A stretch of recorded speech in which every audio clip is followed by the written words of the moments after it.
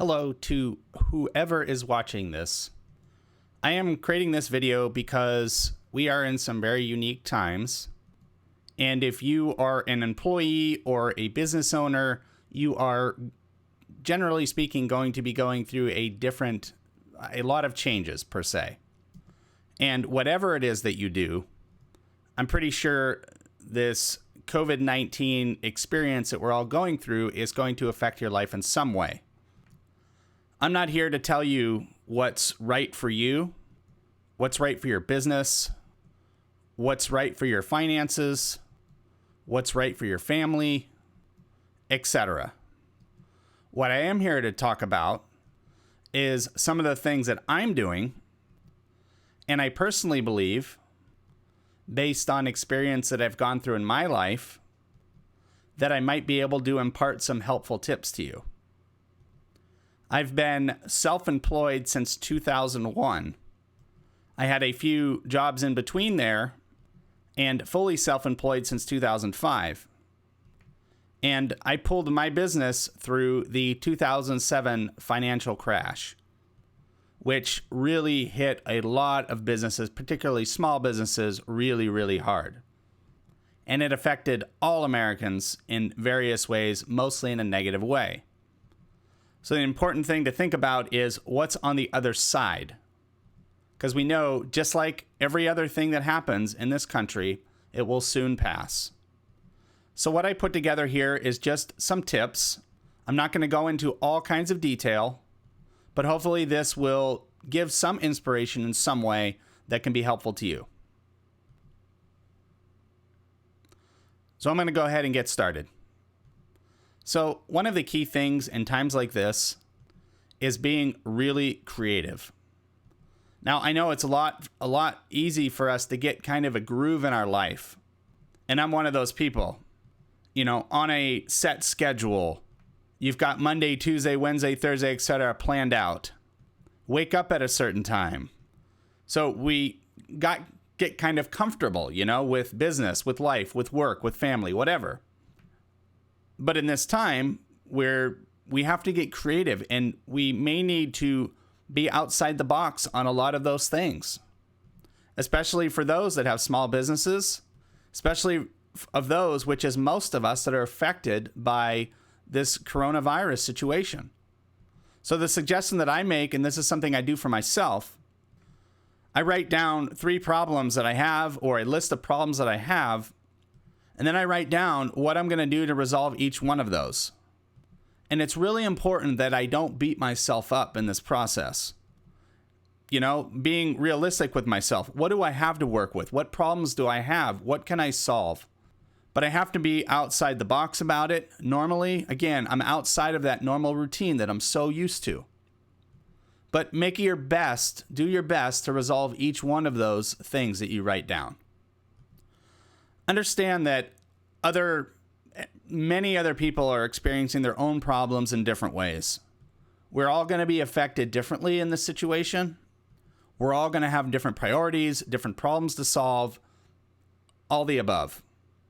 So it's important to understand others are going through a similar situation with their own problems. And it's important to recognize that, because it's true, not everyone is going to be communicating the same way, acting the same way, doing the same things. For some of you that are married, like myself, even my wife and I are having to rearrange a lot of the things we normally do and make a lifestyle change. And it's very difficult sometimes, but we have to understand that even each of us being married, we're going through this together, but we're dealing with our own individual problems within it as well. Whether it's relation to work, family, kids, all the above. So try your best to give the most understanding that you can of others as we progress through this. So be flexible. This is a really unique time. Unique times sometimes call for unique solutions. And I would say most of the time. In other words, the more extreme the situation, the greater expectation that you might need to do something more extreme. And when I say more extreme, I'm referring to things like, if my business can't sustain, or I don't have a job at the restaurant that I love the most. I might need to look at doing another form of work or where other work might be needed. If there's one thing I learned personally from the 2007 financial collapse, bills and expenses don't go away. Sometimes they can be delayed and set back a little bit to help. But, banks and creditors and all the groups that loan money out need that money to survive also. So they're not necessarily going to give everything away. So we have to be thinking of terms and flexibility and ways that we can work with and solve those problems too. And again, it can require making extreme and different decisions than you would normally make and going out of your comfort zone. Of course, I'm not the first person to talk about comfort zone and all that, but it's the best way that I could come up with explaining it in this video. And I will say, again, going through the 2007 experience, financial collapse, and pulling my business through that, it was extremely difficult for many, many years. And I had to be very flexible. I had to learn new things. I had to be very dynamic, per se, adjusting and changing and adapting to what was happening. But it absolutely can be done. And it's not always fun. And there's 1,000 other things I'd rather be doing than having to sort out some of these problems. But at the end of the day, it's what needs to be done. So do your best to be flexible. Another key area is prioritization. Again, I'm not the first person to ever talk about this. I'm just sharing, again, these ideas and things that have worked for me personally. And if they work for you, more power to you, and I hope they do. So you kind of have to think with all the things that you need to resolve and the problems you need to deal with. And for me, again, I go back to writing down, the three main things of a longer list normally, but the three main things I'm trying to address, bite-sized pieces. And I want to focus on things that I can actually get done. So I can feel a sense of accomplishment, and that helps me as I progress along. So I've got A done, I've got B done, I've got C done. And at the end of the day, I can go, good, I'm making progress. No, I haven't solved everything I need to deal with, but those steps help me along the way. So I recommend writing down 3 top priorities that you need to get done every day and get those things done. And again, be fair, be realistic with yourself. Writing a goal like, I'm going to get $1 million by tomorrow. Yeah, technically it depends on what industry you're in. I guess you could get $1 million tomorrow. But most of us, that's something you have to really plan out for a long time to achieve a goal like that. So if you are unemployed currently, maybe it's as simple as putting in a job application at a place that's currently hiring. Maybe it's learning a new recipe to be efficient with food in the house, or planting something in the garden. There's 1,000 things that can be priorities in the times we're living in right now. But you be the judge of that for your current situation. And as I state at the end here, these should be things that are useful to assist getting through and to the other side of the current situation we're in. The ultimate goal, and this was my ultimate goal in 2007 when we hit the financial crash, was to come out the other side of it unscathed as possible. We knew we were going to take a beating. We knew there was going to be some tough times, and there were, but it was getting to the other side, keeping your eye on the other side and how you've managed to get through it and where you are on the other side with minimal loss, minimal damage, minimal of everything else. Just like a boxer, I think about like a boxer going into the ring. Most boxing fights, even if you win the fight, you still get smashed up.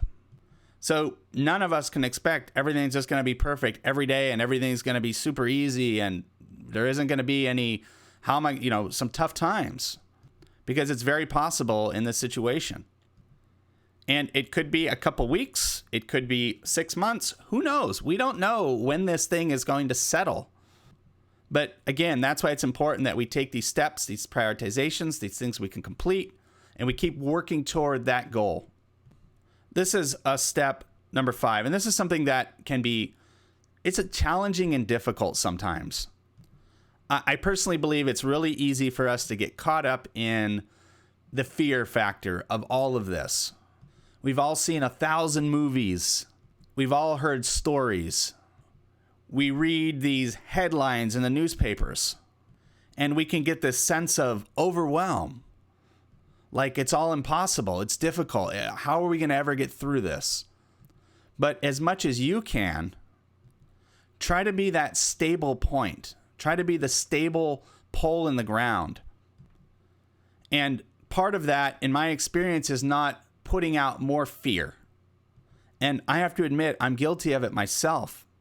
I fall into it sometimes and I lose a grip. And I start to find myself being more afraid or feeling afraid. But I always ask myself, if I was in a very dangerous situation, would I want to be somebody by my side who was totally afraid of everything? Or would I want somebody by my side that was very stable and had composure? You know, they were certain about, we're going to get through this. We're going to make it. We're going to get to the other side.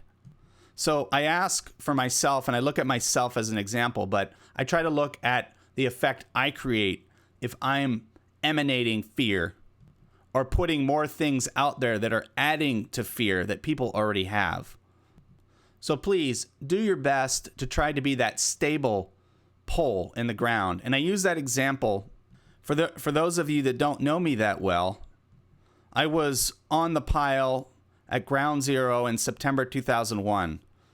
And if there's one thing that helped me through that time to keep pressing on for the amount of time I did to help that situation, it was the others around me that were stable like the pole in the ground, that were there for me, that knew we were all going through this together, and adding more fear or being afraid never helped. And that's how we got to the other side. Now, I think we live in a world where sometimes someone can say, you know, you're a fool to not be afraid. You're an idiot not to be scared about this. And they're entitled to that view. But if we look throughout history and we look at the times of challenge and triumph, it's very interesting that you find at the forefront of those people that are not afraid, people that are leading, guiding the way, and doing everything they can to get to the other side.